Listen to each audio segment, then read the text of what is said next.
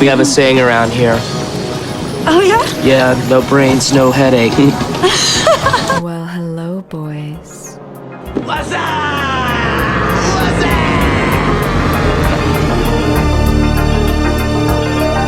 Damn, son, where'd you find this?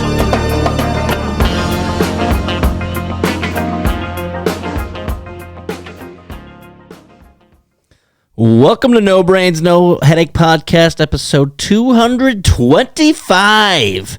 I got a belly full of meatballs and shrimp, and boy, am I ready to podcast. Name's Jordan Weichel, happy to be here. Damn glad to do it. I'm your host, as always, across from me, my longtime friend, fellow comedian, confidant, and longtime friend, fellow comedian. His name is Matt Ongo Cleary, and we're back in the studio for another one with a little bit more energy than last time because our brains have recovered from the alcohol consumption from Halloween weekend. Matt, how are you? I got pretty drunk last night, actually.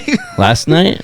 Yeah, I had a couple pops. Oh, yeah. We had the little comedy event last night. How did that go? I did pretty good. I didn't mean for you personally. I'll thank you. Overall, why don't you tell the audience, what you thought of the Wednesday night amateur There was comedy. some really good moments, and there were some not so good moments. Got some new faces there, which is nice. Nice to see the scene growing a little bit, Yeah. Let me tell you something. It's really hard to judge how well your set was when what appears to be a homeless Indian fella is having some medical attention and requires you to call 911. Okay? It's really hard to concentrate. I'm pretty sure that because someone's like, oh, again? And this guy just says he's going into diabetic shock, but he doesn't have diabetes. He just wants to spend the night in the hospital. Honestly, now that you say that, power move. It's a genius move. Yeah. Can't really complain with that. It's getting a little nippy out there. You got to cover up the nipples so they don't get too hard. And, the weather is a battle, and you always got to think of that. But we got a good episode for you guys here in the No Brains, No Headache studio, and I'm really excited about it. Matt, let's not waste any time. Get right into it. Okay. Fuck, marry, kill. Bridget, Kendra, Holly. Okay. I'm glad you asked this. I'm actually well-versed, but it has changed over the years. So, what hasn't changed? Sorry, Bridget, you seem like a sweetheart, but we're going to kill you. You're going to get murdered. I'm going to marry Holly because she seems the most stable. Yep. And I'm going to bang Kendra because she is hot. Actually, that hasn't changed. That's the same as it was when I was I think a little I'll agree with you there that you marry Holly. I follow Holly on Instagram right now. So do like 2.8 million people. I mean, she puts a little something up in the afternoon time, and I got to take a little 20-minute break, if you know what I mean. So the Kendra Bridget debate. Hear me out. What about it? Kendra scares me. When the Girls Next Door first came out, Kendra I thought was just like the hottest thing this planet has to offer. But I mean, now that I've grown older, my taste has changed a little bit. No.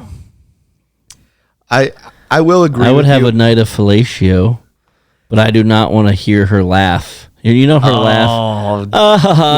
That's You're selling me on it because I was leaning that way, but then I'm like, Kendra scares me a little bit. I love that the Girls Next Door, though, they just completely backtrack. Like during the show, they were just praising Hugh Hefner, and I mean, I get it. There's a lot of mental aspects to that really go into a lot of psychological negative effects that have probably come from that, and in the moment were tough to overcome. I get that. I understand to a certain degree. But, the guy dies, and then you get cut off from the old bank account, and it's just like, all of a sudden, he's just like the worst person in the whole world. And it's like, well, that's not the perception I got a few years back when he was letting you live in the old mansion and using a whole bottle of lube just to get a hard on to get his rocks off. You know what I mean? I didn't understand the dynamic because they were all dating Hef, but then on the other hand, Hef was still married. Probably technically speaking, yes, but it was also Hugh Hefner, and he was in charge of the Playboy mega franchise, and it was just it was a conglomerate.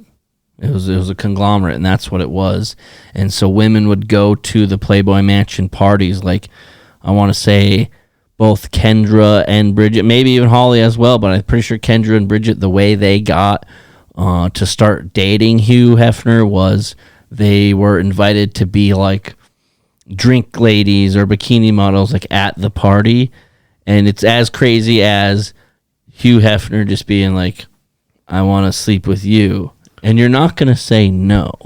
It's as if, I don't know if this is a good comparison, but it's like if Taylor Swift was a degenerate and a lot hotter, you were like at the after party and she's like, I'm taking you back to the back of the tour bus. That's essentially what happened with Travis Kelce. Yeah, but a little bit different. So I don't know. It's a weird dynamic, and maybe something that should be studied, but it's a lot like Michael Jackson. We all know he did some fishy stuff, but there's still a camp out there, as you like to say. There's still a camp that says, oh, I love Michael Jackson. He's got the voice of an angel, and he does. There's no denying that Michael Jackson has a beautiful voice and incredible talent. However, he's got a sick mind. Okay, he did a lot of bad, illegal things over the years, but now that he died and it's past us and he's gone, people, they just kind of like to look the other way a little bit. And I guess that's your choice, to each their own. You can think however you want. You can have your opinions. We just voted on this in this country to have free opinions. Freedom of speech. You just voted on this, and by golly, you deserve it. Good for you. Anyway, Hugh Hefner, lot going on. I'll marry Holly Madison right now if she wants. Did you just propose? I mean, have you you ever still have that plastic Super Bowl ring laying around I got a somewhere? couple of them laying around here. I ate so many cupcakes that day at work to get all those rings. Yeah. I don't even like cupcakes that much. I just wanted the plastic Super Bowl rings. Yeah, and that's fair. Have you ever seen the movie Miss May? I have not. So it's about like the Playboy Mansion, and it's like a comedy. And at one point, they're riding in this RV across country to go to the Playboy Mansion, and this guy's girlfriend's sitting in the bed in the back, and they hit a bump, and she just flies out the window. Well, probably should have the windows closed and maybe get the suspension checked. I don't know. That's just my one man's thought and T's and P's to her, and hopefully she survived and all that good stuff. You ever like meet somebody for the first time and you're either introduced to them through a nickname, or maybe perhaps I'm a big nickname guy. Yep. When I meet you, I'm just going to give you a nickname just kind of out of the gate, and that's just how we're going to roll. But then down the road, weeks, months, perhaps years later, they're like, oh, Spare Rib? His real name, or they like go up to your buddy that you've been calling Spare Rib for years, and they're like, Eric, how are you? And you're like, your name is Eric? Isn't that just hit different? It feels funny. It almost feels wrong. Yeah, that nicknames, you're a big nickname person because huge nicknames. I think like literally I'm trying to think of like people that, yep, like you have a nickname for quite literally everyone. Yeah. You? Fuckface. Yeah. Douchebag. It's pretty easy. Every time I'm like, yeah, me and Fuckface were at the bar, like, oh yeah, how's Matt doing? Yeah. I just make up different names for Jordan based on his personalities. I do have multiple personality disorder. Like when you start ranting and you go like into a different voice, like you did for Michael Jackson. I call that person Jaden Weigel. Just a whole different guy, We glossed over Michael Jackson too. He's the only person in the world that beat cancel culture before people were beating cancel culture, because everyone's like, that's disgusting what he did.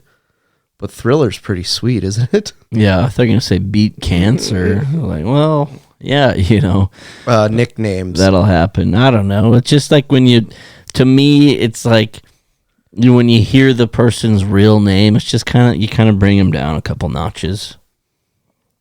Yeah, and I think we've gotten away from like those longer names that are shortened, like Matthew. Oh, There's not a gross. lot of people. If like you go by the full name, it's kind of just weird. How do you feel being named Matt? That's like the most common name for douchebags in North America. It's up there with Mitch and Cody. And those aren't great. One time, this guy named Mitch that I know, I was a little bit younger, and he thought it'd be funny to pick me up and put me in a garbage can. But the garbage can he put me in had a fresh liner in it. Which is ironic because his life is in the garbage can now. Because he is a huge piece of trash. Yeah. Anyway, Nicknames. I'm trying to think of like funny nicknames that someone had that like oh, Alec who comes on the show occasionally. He wore shin guards one time at soccer practice, and he was called Shins for like 5 years. Yeah. Well, and nicknames, they don't take really a whole lot of work. I found out you can either add a Y to the end of like either their whole name or part of their name, or take the first letter of usually their first name, and put either dog or bone behind it. Or adding an O to the end works with a lot of people. Like Jordo, Yeah, well, Jordy. probably Maddie. one of the more least heterosexual things said on this podcast, but I digress. Yeah, like the Y though, Jordy, like I could be J Dog or I could be J Bone. And those both apply. Yeah. It's kind of like it's like when you put your name into like a rap name creator. Yeah. There was like some people that I'm just like, I don't bother. Like that guy kind of looks like the guy from the movie New Guy. So just call him New Guy. It's like that kid looks like a coconut. So call him Coconut Head. Or haircut because he had a terrible haircut. Yeah, and I think the more obvious and plain you get with it, it can really startle a person. Or adding big in front of someone's name. Or like they have a huge mole on their face, so you just call them Mole. Yeah, if you have like physical character, Mole. physical characteristic nicknames are never nice. No, It's never like, oh look, it's huge schlong. It's always like, it's like our buddy Fat Ass does not like us very much. or ironic nicknames like, yeah, that's Little Jeff, and he weighs 6,000 pounds. Yeah, and if it is a physical attribute and it's positive, it's not so much a nickname. It's more of like an additional name, like Jordan Thick Wang Weichel. You don't. People aren't just calling me Thick Wang out there. You're trying to get that to catch on, aren't you? I've said it a couple times already. I'm campaigning. I'm campaigning the swing states over here, okay? So just cut me a little bit of slack. Nicknames, episode 225. Are you not entertained? Are you not entertained? Let's talk about the Make-A-Wish Foundation. I'm gonna throw this question out to you. What would your Make-A-Wish be now versus what would your Make-A-Wish be when you were 10? How elaborate can I get with like the Make-A-Wish? You're dying of cancer. It can be anything, or it could be something pretty simple. Some of the Make-A-Wishes are really terrible though, like that they like end up doing. It's like, yeah, he wanted to meet the entire Yankees, but they ended up just like they got their AA team to sign a baseball for him. It's like, great. Yeah, I don't know. My mind immediately for the one now, it's just going to. I'm thinking of ocean waters and sunsets, and I've never been on a yacht before, but I always thought that yachts would be those would be neat. Like get a yacht for Yacht Week in the Mediterranean. Sure, that or whatever, but just maybe South Florida, and we spend the day out on a yacht with a bunch of good-looking people. And a delicious, drink and food. Maybe even have some jet skis ripping around a little bit. Mm-hmm. Spend like a yacht day.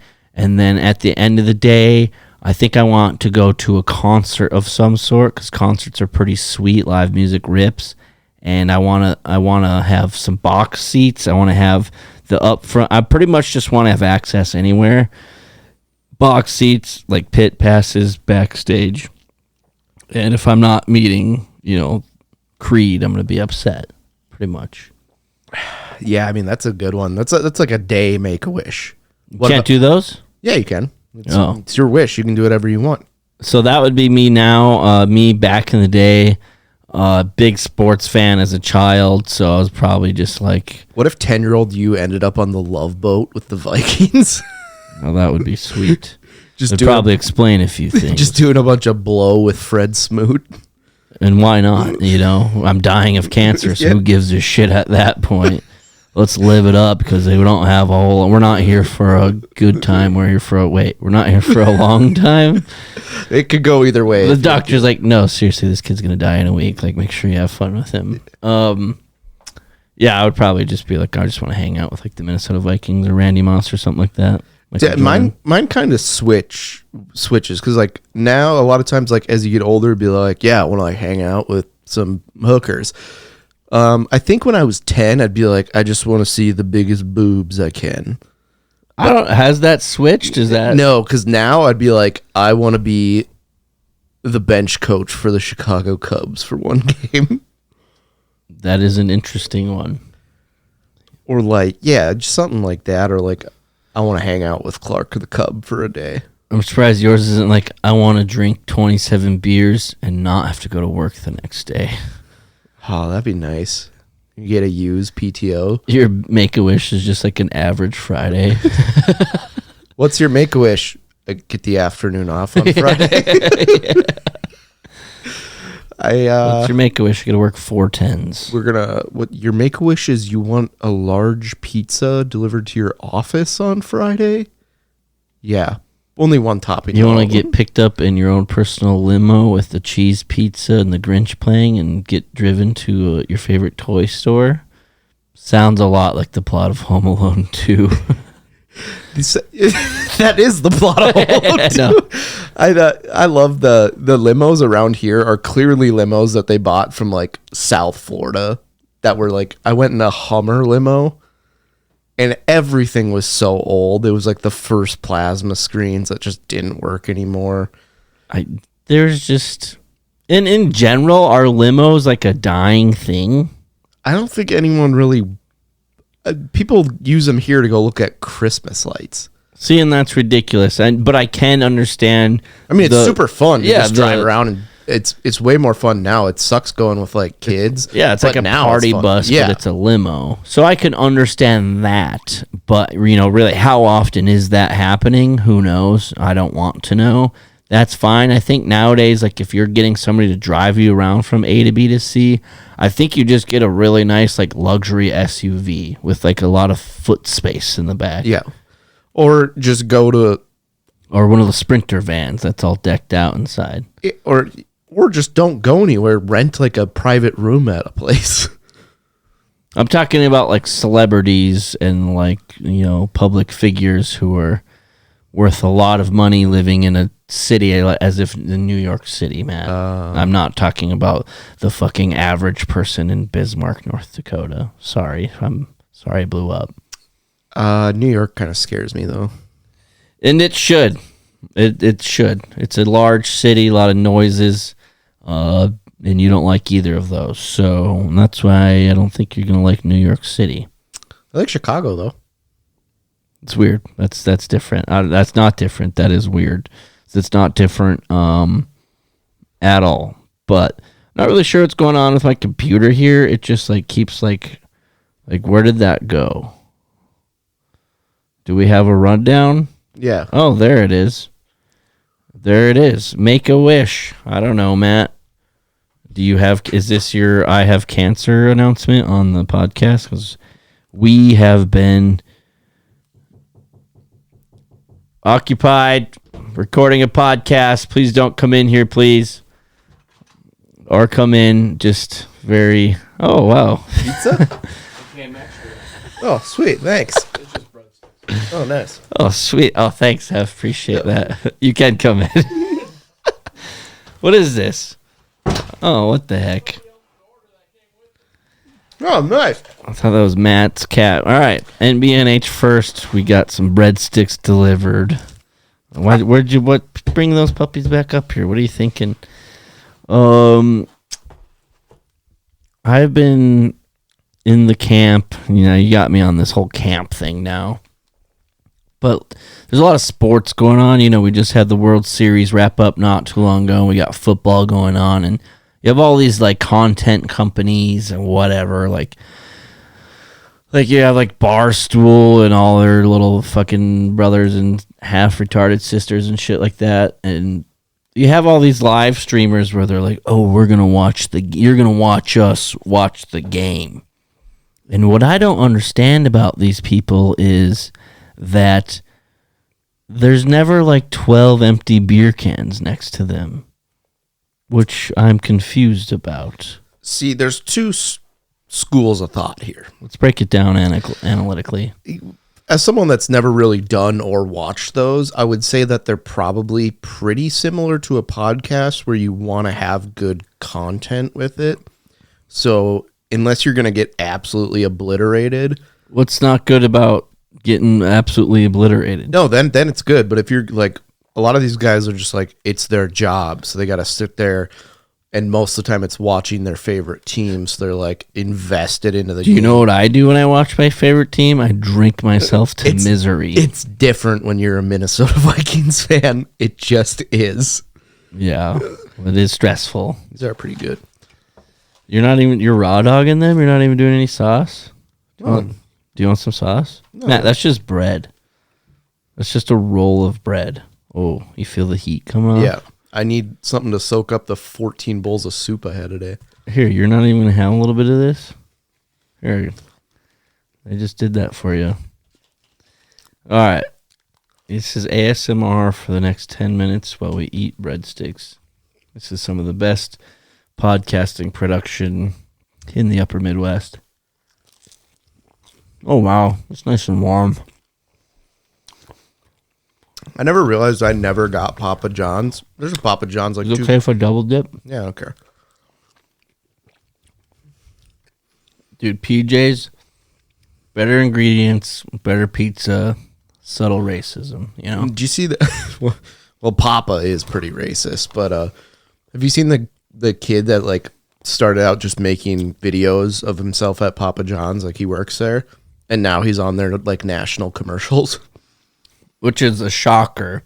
Because most of the time it's like, get off your phone and make the goddamn pizza. We're way backed up and you're TikToking.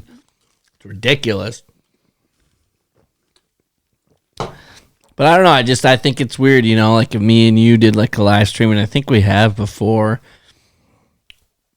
I'm just saying, it's like, I don't want to watch someone. I would rather watch the game. I don't want to watch the game and watch other people watch the game. I understand, but there's a certain appeal there. You got to give yourself a little bit of credit. You got fans out there. They want to see you, Surprise, contrary to popular belief, Matt, people actually like you. Well, that makes not me. I think the best part about those live streams and filming it is just the clips you get at the end of it. Like there was one Yankees Dodgers, and it was like a Barstool one where one of the Mets fans was just in there watching it with a huge teddy bear, and one of the Dodgers players hits a home run, and the Mets fan had bet on the guy to hit a home run, so all the Yankees fans were like, fuck! And you just see him in the corner, he's like, plus 450! It's a good bet. It's a really good bet. I like that. I like where his head's at. It's not up his ass. It's a good location. He's flying under the radar. He knows what he's talking about. Betting on baseball is tough, though, because you'll be like, if you don't follow it super closely or like that team, you'll be like, I'm going to bet on this guy to have a home run. And it's like he took the day off. Dude, I don't know. I'm trying to go sports gamble this weekend. It's not legal, you could say, in North Dakota. I mean, a lot of things aren't. That hasn't stopped us before. I would say most of what I do that's enjoyable is illegal. I mean, driving butt-ass naked with 7 empty beer cans in the center console. Wednesday afternoon for me. It's just a normal day, Sir, you can't do that while driving. It's medicinal. That is a beer. That's a good joke. That is a good joke. All right, let's keep it moving on. You know, this is some primo entertainment, and thank you to our viewers on YouTube for checking us out. You're the real MVP. You get the best view of the show. You know, every once in a while I hop up on YouTube just to kind of check out how things are going. Matt does a wonderful job with that, and I gotta say, you know, this show has got to be way more entertaining on YouTube. So if you're not over there, check it out. But thank you all for listening regardless. A woman in Texas, Houston to be exact, tried to auction off her baby while she was still in the hospital. Did she get any bids? Yes. What are we talking? So she had one where she was trying to get the person to pay half up front and then half when they get the kid. It's usually that's a common drug deal. What would you say the half would be? So what do you think half of a newborn child would cost? $25,000. She was waiting for $150 Venmo. That doesn't even cover the hospital bill. I don't know. Judging by this chick's face tattoo and excessive drug use, I'm pretty sure she has some good insurance. $150. How much crack does that get you? I don't really know the one. Yeah, I was gonna say like gets you one. Gets you 2 crack. I'll do 2 cracks. Yeah. Should we go try to buy crack sometime? I don't even know where to start. I know that's going to be the fun part. We don't even know. First person you go to is just a cop car. Yeah. Well, hypothetically, can we they were trying really to buy crack? Yeah, can they really prosecute us if we're like, officer, you're on dick kick camera. Get out here so I can kick you in the dick. It'd be like, hey, we're doing a science experiment at school. Where do you think we could get the best crack in town? Now, do you smoke crack? Yeah. I mean, obviously you can smoke crack. Let me rephrase that question. Can you do more than smoke crack? See, that's the thing. There's no great crack shows. We need that. There's Breaking Bad. You got the meth shows. You got the weed shows. You got the cocaine shows. Where's the crack show? Isn't like this could be just another Backdoor Sluts Night. This could be another made up fact, but isn't how you make crack? This could be. Ladies and gentlemen, alert! We have a made up fact coming your way. Isn't crack just microwaved cocaine? Okay, I actually paid attention in school / my several drug evaluations for getting in trouble with the local authorities for possessing certain things that you're not supposed to. And what I have learned is that, so you have cocaine, which, let's be honest, if you're getting your hands on like pure cocaine, you must be sucking somebody's cock in Miami, because that's just hard to come by. Because every person, say you're Kingpin, and you give me a shipment of coke, I'm going to cut off some of that coke, I'm going to crush up some baby laxative and some like other white powder shit, and I'm going to put it in there. Then I'm going to sell that to my guy. What's they going to do? They're going to cut some out for themselves, and they're going to replace it with things that aren't drugs, like baby laxatives and things like that.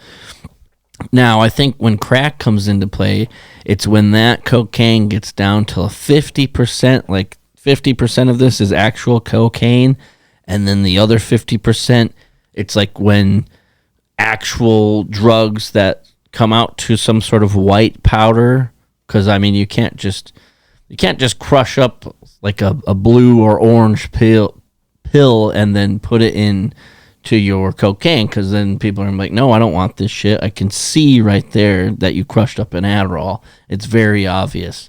So I think what people do is like take actual drugs, like, I don't know, like painkillers. Those are like white pills, or I don't know, maybe like PCP or some shit. I don't know. I'm just saying they put that in your cocaine, at which point, okay, if we were to test this somehow, this is only 50% cocaine and the other 50% is a bunch of other shit. So therefore, by definition, that would be crack. If I'm understanding it correctly. Feel free to comment in the comments below. Yeah, I hope we get a lot of comments about what crack actually is.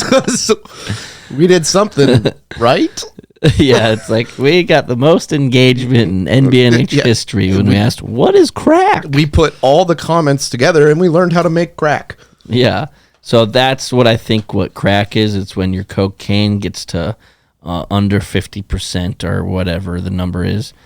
But then I think you add like a liquid to it, and then you add the heat, and that's what makes it into the rocks, if I'm understanding my movies correctly. That's where the spoon comes into play and the lighter. You're probably familiar.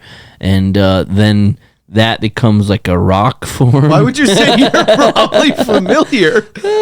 Some of the shit you say, you crackhead. Anyway, then you can smoke it, if I'm not mistaken. When do you get tinfoil involved, though? I think that's for pills when you freebase them. Is that where you shove them up your ass? Nope, that's boofing. Good question. Okay. Good question. Ass is boofing. Freebasing, you take the tinfoil and you put the drug of choice on there, and then you light it from underneath. That's your heat source. And then you got to create some sort of wind funnel to your mouth, so you can like inhale it. That just seems like a lot of work. I would agree 1,000%. So the hardest part about crack is finding tinfoil. Yeah, it's not actually getting the physical crack. It's finding this. You're gonna need like stuff for a science project, essentially. It's like, that's why all those tweakers go to like Lowe's and buy all the good shit. Or like when you'd go to like Ace Hardware and buy a funnel and some hose and be like, oh yeah, I'm working on a science experiment, and it's just you. Woo! Where are you buying these hose at? Ace Hardware. They got hose there, huh? Yeah, you can almost buy anything, like this lady in Houston that was just auctioning off a baby from the comfort of her hospital bed. Yeah, we had a newbie at open mic night last night, and we were asking, what their comedy scene is like, and if it's, what kind of jokes can you do? And they were explaining it to us, and me with my dry sense of humor, I just look at them dead seriously and go, how do you guys feel about hardware store jokes? If they took me seriously, they were like, yeah, hardware store jokes are fine. I'm like, okay, good, because I got a whole set on hardware stores. I mean, realistically, we say some. I'm sorry, we need to reel it in. Let's back it up. Did this lady successfully sell her baby for $300? Nope. No. She had other bidders, like a lady that ran like a social worker was like, you can't sell the baby, but I'll give you money if you just give me the baby. And I was like, that's selling the baby. Yeah, it's just a But different. she got arrested, so the baby's just going to go into foster care. And she just said the baby's going to test positive for drugs. So that means that she just habitually, back to crack, was smoking crack. Coming full circle. Yeah, was smoking nice. crack during the pregnancy. Well, pregnant women, we got to give them, a little bit of slack, a little bit of leeway. It's not easy out there, okay? You imagine, going through that. That's tough. Recreation of life. It's anything worthwhile in life is not going to be easy. It says in the article that she demanded $150 up front. Could you imagine be like, yeah, for this child, I'm going to need it to be at least $150. I mean, you got to look at how much free labor you're getting out of this thing. You got to up those prices. If you're selling your kid for $300 in this economy, you are short selling yourself, okay? You're leaving money on the table, and you don't need to be doing that right now or ever. So here's just some advice. If you're going to try to sell a baby, which I probably wouldn't do in the first place, but if you get to that point, I would start with Facebook Marketplace. Yeah, you can sell anything on there. Oh, yeah. Maybe don't have outstanding warrants Cash deal. and try to sell a baby. It's pretty easy to check if someone has outstanding warrants. You're saying that people with outstanding warrants can't go into the free market and sell their offspring? I That think sounds discriminatory. if you took this out of context, I basically said it's okay to sell a baby as long as you don't have any outstanding warrants. Why can't you sell stuff with an outstanding warrant? How do you think they got the warrant in the first place, Slick? Yeah. They were selling shit. That's illegal. Hello. Imagine going into court and being like, what are you here for? I tried to sell something. Oh, sell what? A child. Well, did you get any buyers? Apparently not. Yeah, not a great salesperson, but she is a great buyer And crack. That's what's important. All right, moving on in episode 225. Thank you guys so much for being here with us. I saw an article recently where there was a Canadian inventor, Matt, and I got it saved here. Let me pull it up. He invented the bear-resistant suit.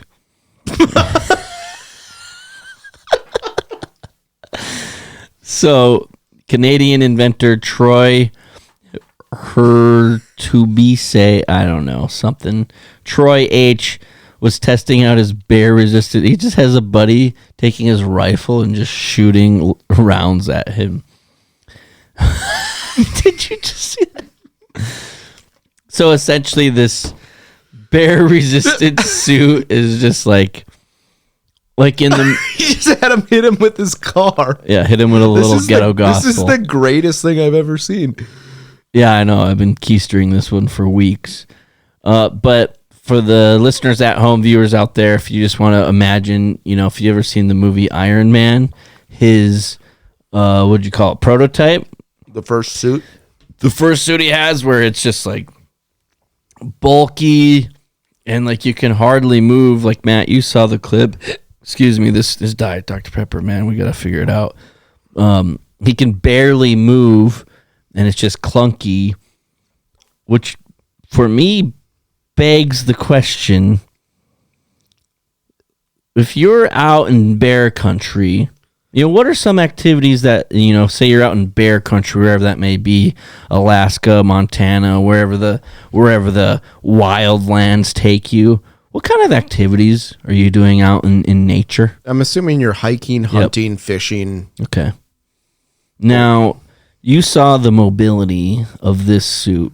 Imagine Do you think that you can get a good hiking with this suit, man? I mean, you could go about 100 yards and you'd get the exercise of like walking 20 miles. Yeah, and it'll take you 3 hours. Imagine seeing this guy like knee deep in a creek, just fly fishing with this thing on, averaging one cast every 8 minutes. So yeah, exactly. So yeah, you're doing physical activity. You got to be you want to be mobile. You want to be able to do the worm if you want to. You got to be out there ready to go and enjoy nature. So that kind of takes away from the whole thing. But then second question: say you are out there, and say you have a pack on that has your bear resistant suit in it, and then you see a bear and they're charging at you. He had to have multiple people help him put this thing on. Do you think you're going to have the time or wherewithal to put the bear resistant suit on? And then if you are with another person, how do you decide who wears the bear resistant suit before the grizzly bear tears your face off?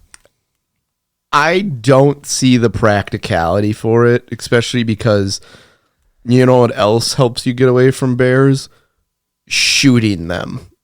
Well, there is that, bear spray, things to help you, defend yourself. But also pretty much what I'm thinking of what my bear resistant suit would be is just like my vehicle. Yeah. It's essentially what this is. Get in your Toyota Corolla, 98 Toyota Corolla, roll up the windows if they even roll up or down, and stay in your car. I'm just curious as to when, if ever, this bear-resistant suit will ever come. That right there, that clip you just saw, it looked like a rolling down the hill resistance suit. Imagine walking around town in this, and you're like, "Well, I could get hit by any car." Yeah, you never know when a bear's gonna tear your face off, and it's just like, sir, this is an Arby's, okay? Please move it along. I don't know. I thought it was ridiculous. The fact that they even call this guy an inventor, Canadian, albeit. Absolutely ridiculous. It fits the profile for No Brains, No Headache. Moving on. So we talked about this in a little bit, but not really in a way. So Elon Musk came out with Starlink and gave it to some like Aborigine tribes. And within 6 months, they were all addicted to pornography. This kind of goes on that route. Was this the North Korea? Yeah. Or South Korea or whatever one? So North Korea sent troops to Russia. And keep going.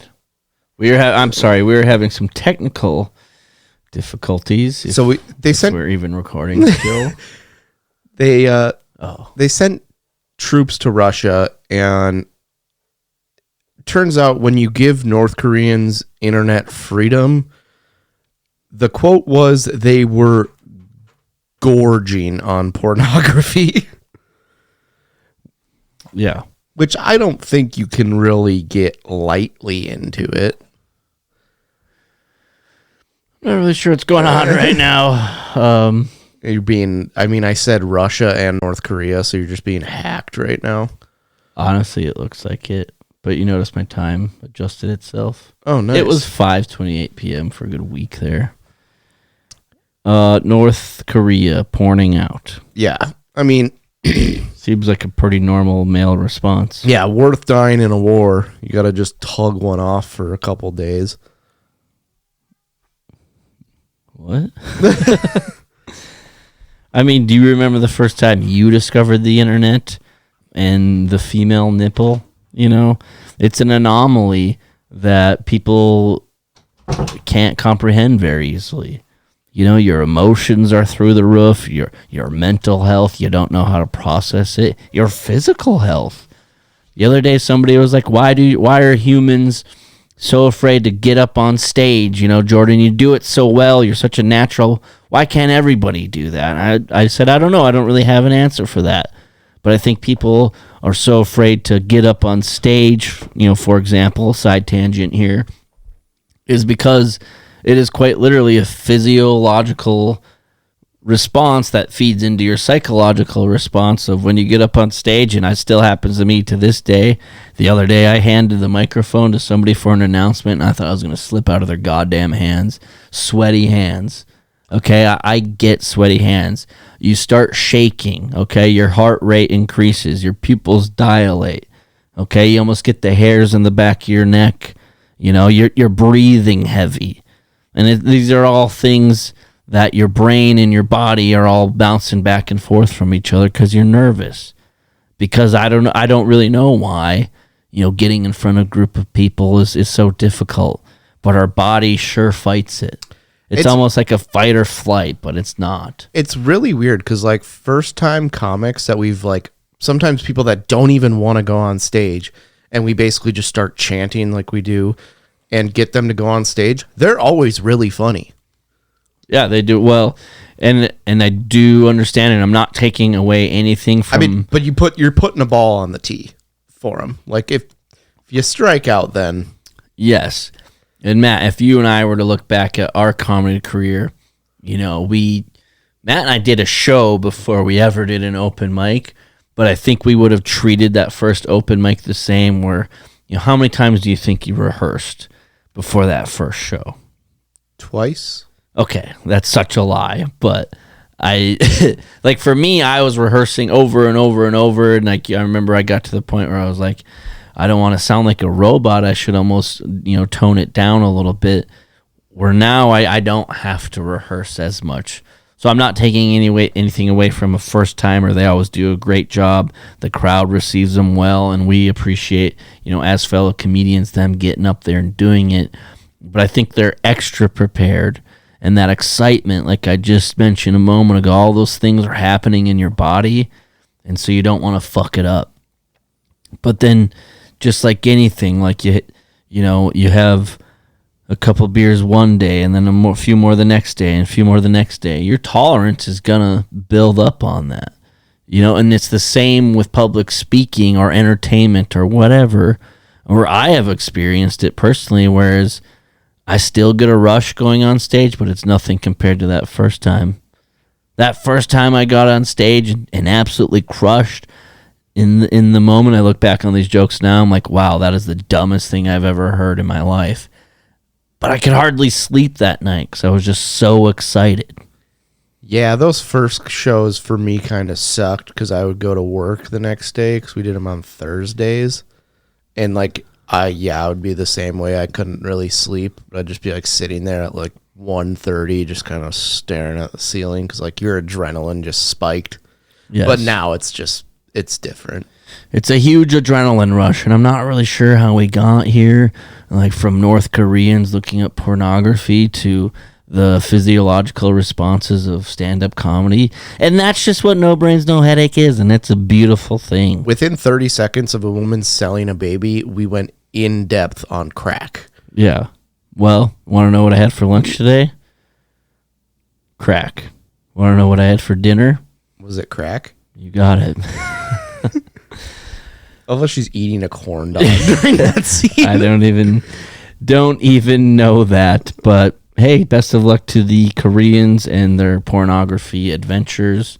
Hopefully they have iPhones. Otherwise, whatever device you're looking on is just going to be riddled with pop-ups. Okay? But if you see that, they're coming from a world where they don't know anything other than what North Koreans look like. There's a couple foreigners over there, maybe some Russians, but they don't know what anyone else really looks like because they are given 2 websites. I mean, I'm sure they saw their first, shaved vagina. Yeah, it's what in the fuck? They can do that? Yeah. So in North Korea, you can only get 4 different types of haircuts. Yeah. What if there was only one type of vagina cut? I don't know, but once they found the pornography over in North Korea, the new capital of North Korea was Denim Boner City, because those guys were walking around with the new capital of North Korea was Pitch Tent. Yeah, the first day of boot camp when they got to Russia, they had to learn to tuck their boner into their waistband. Yeah, classic. Learn some good aim that way. All right, best of luck to the Koreans and they're pouring out. And you got to remember that these other cultures around the world, they don't idolize, women and sex the way that Americans do and Czech Republic does and all the other nasty European, pornos that I've seen over the years, whichever respective country they come from. We've all seen our fair share of German pornography. Oh, you haven't? I was just speaking in generalities. Oh, I heard it's quite nice. Chris, just put down the crossbow and let the marching band go. All right. I was on Twitter this past week, and in case you've been living under a rock, the United States of America held their presidential election, as they do every 4 years.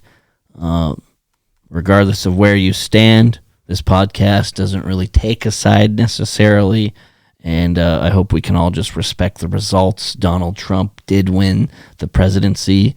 I mean, you're looking at it from a hindsight perspective, pretty impressive. I mean, pretty impressive that you can do it twice, non-consecutive. I'm pretty sure on this podcast I said before, or maybe it was just one of the conversations we had with some friends, I was like, wow, he'll be the first president to ever do that. I was wrong. Yeah, the last time it happened, though, the guy's name was Grover, so we've changed a little bit. So do you know what happened there with Grover? What was the reasoning? Did he do the same thing as Donald Trump, as he just won a spot, lost, tried again, won? But I'm pretty sure was there any reasoning? I think he just lost. Okay, just straight up.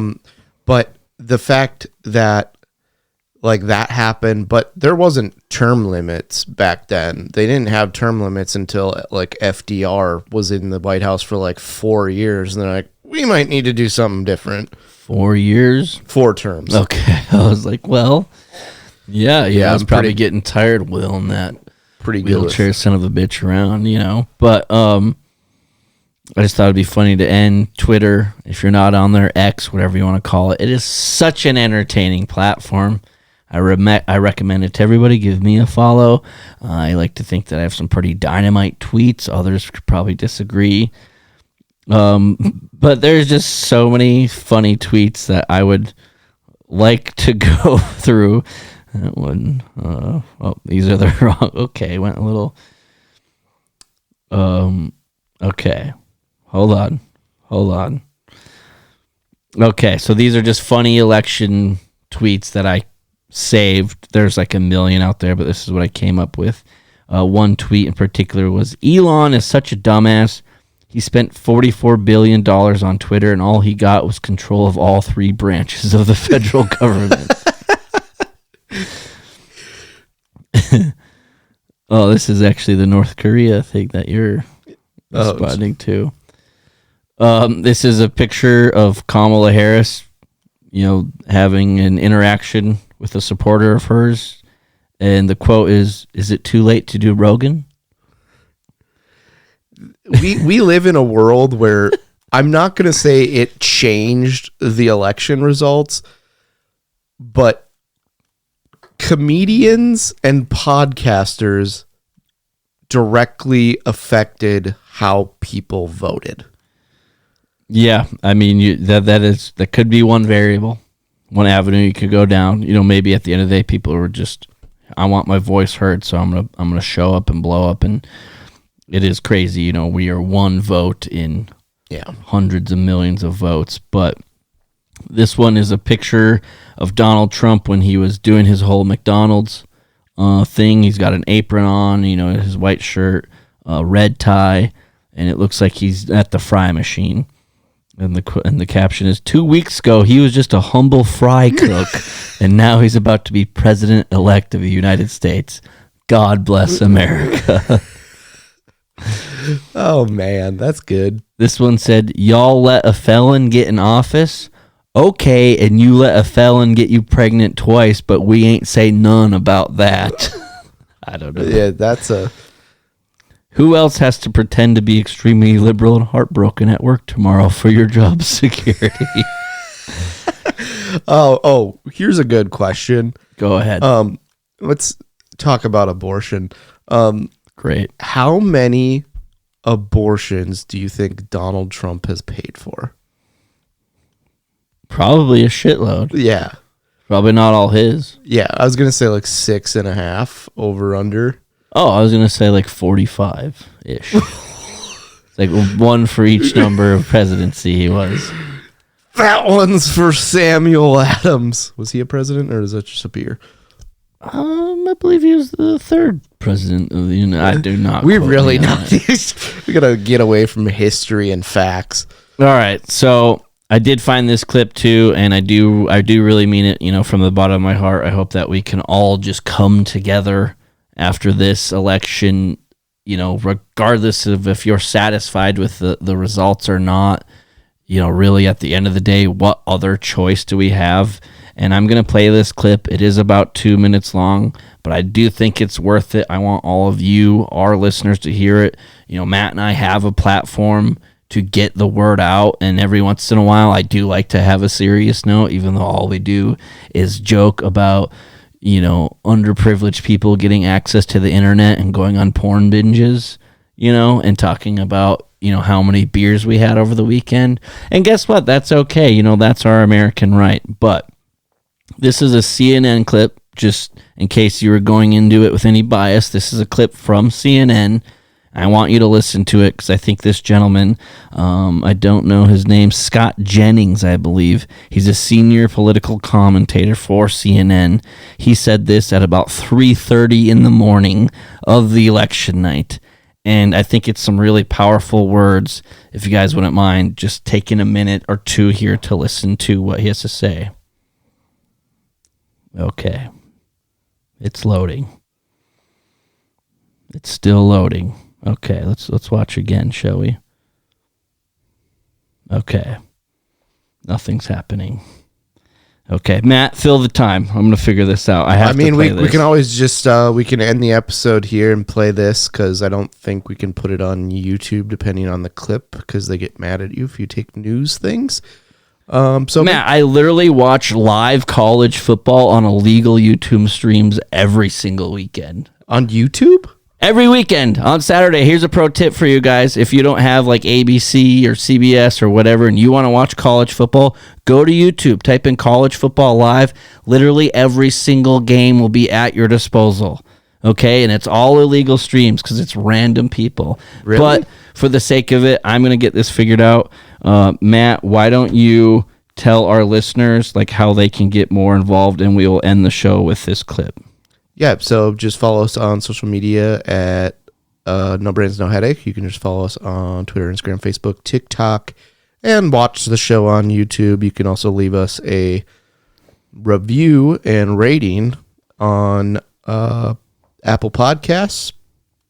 We got one last week from Fart Sniffer 69, so that was real nice. And you can leave us a rating on Spotify. That really helps plug the algorithm for us. And like, comment, review, do all that stuff on YouTube. That helps us get into the algorithm a little more. And yeah, we'll see you next week for 226. Matt and I will be in Minot Friday, November 15th at the Drop Zone. So if you're in the area, come check out the show. Beyond that, Saturday, January 25th at Belle Mahoose Auditorium. And then Saturday, February 22nd at the Poppy Creative in Mandan. With that, up next, episode 226. We're going to end the show with this clip. Hope you guys have a great day. Thank you so much for listening. For the last couple of weeks, this is a mandate.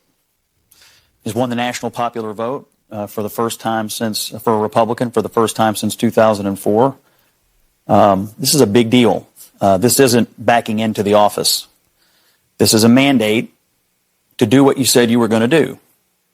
Get the economy working again for regular working class Americans, fix immigration, try to get crime under control, try to reduce the chaos in the world. This is a mandate from the American people to do that. I think I'm interpreting the results tonight as the revenge of just the regular old working class American, the anonymous American who has been crushed, insulted, condescended to. They're not garbage. They're not Nazis. They're just regular people who get up and go to work every day and are trying to make a better life for their kids, and they feel like they have been told to just shut up when they have complained about the things that are hurting them in their own lives. I also feel like this election, as we sit here and pour over this tonight, is something of an indictment of the political information complex. I mean, we've been sitting around here for the last couple of weeks, and the story that was portrayed was not true. I mean, we were told Puerto Rico was going to change the election. Liz Cheney, Nikki Haley voters, women lying to their husbands. Before that, it was Tim Walz and the camo hats. Night after night after night, we were told all these things and gimmicks were going to somehow push Harris over the line, and we were just ignoring the fundamentals. Inflation, people feeling like that they were barely able to tread water at best. That was the fundamentals of the election.